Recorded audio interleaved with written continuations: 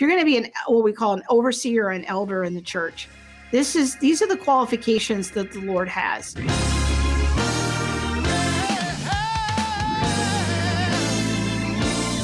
I'm going to look at 1 Timothy chapter 3. And these are the qualifications. If you're going to be in charge of a church, if you're going to be what we call an overseer or an elder in the church, these are the qualifications that the Lord has. Is if you aspire to the office of overseer, this is a noble task. This is a noble thing to aspire to.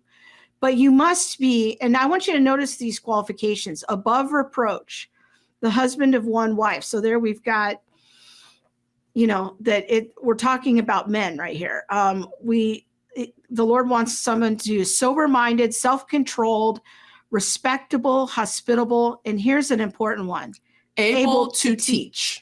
That means that you know not only what the scripture teaches, but that you can provide a check for those that don't. And then notice that it can't be a person who is trapped in sin, ongoing sin, not a drunkard, not violent, not quarrelsome, not a lover of money. There's a whole lot we could say about that in some pastors in our current moment. He must be able to manage his household well with all dignity, keeping his children submissive. In other words, he has children that are well-behaved and obedient and serving the Lord. For if someone does not know how to manage his own household, how will he care for God's church? He must not, this is an important one, he must not be a recent convert. So he can't be young in the Lord. But we have a culture in certain sectors of Protestantism of putting people on platforms because they have a compelling testimony, because they have good speaking ability. They're good at telling stories. They're famous. They're a famous convert. Or he may become puffed up with conceit and fall into condemnation of the devil. He must be well thought of by outsiders. He must not, so that he may not fall into disgrace, into a snare of the devil. This is what the kind of leadership that God is looking for. These are his standards, but I'm not sure that this is how we think about leadership in many churches. Especially in the era of superstar pastors. And then it keeps on going and talks about the qualifications for deacons and everything. There's one more scripture I want to share here.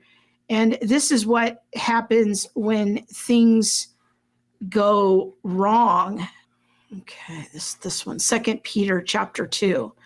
False prophets also arose among the people, just as there will be false teachers among you, who will secretly bring in destructive heresies, even denying the master who bought them, bringing upon themselves swift destruction. And many will follow their sensuality. And because of them, the way of truth will be blasphemed. And in their greed, they will exploit you with false words. Their condemnation from long ago is not idle, and their destruction is not asleep.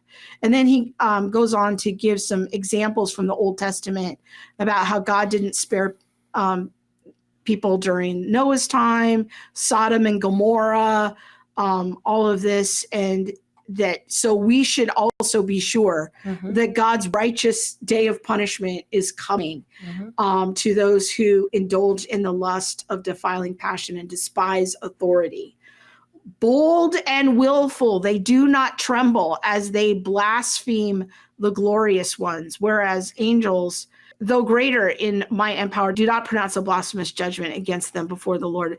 But these, like irrational animals, okay, we'll just keep going here. They are blots and blemishes, reveling in their deceptions while they feast with you.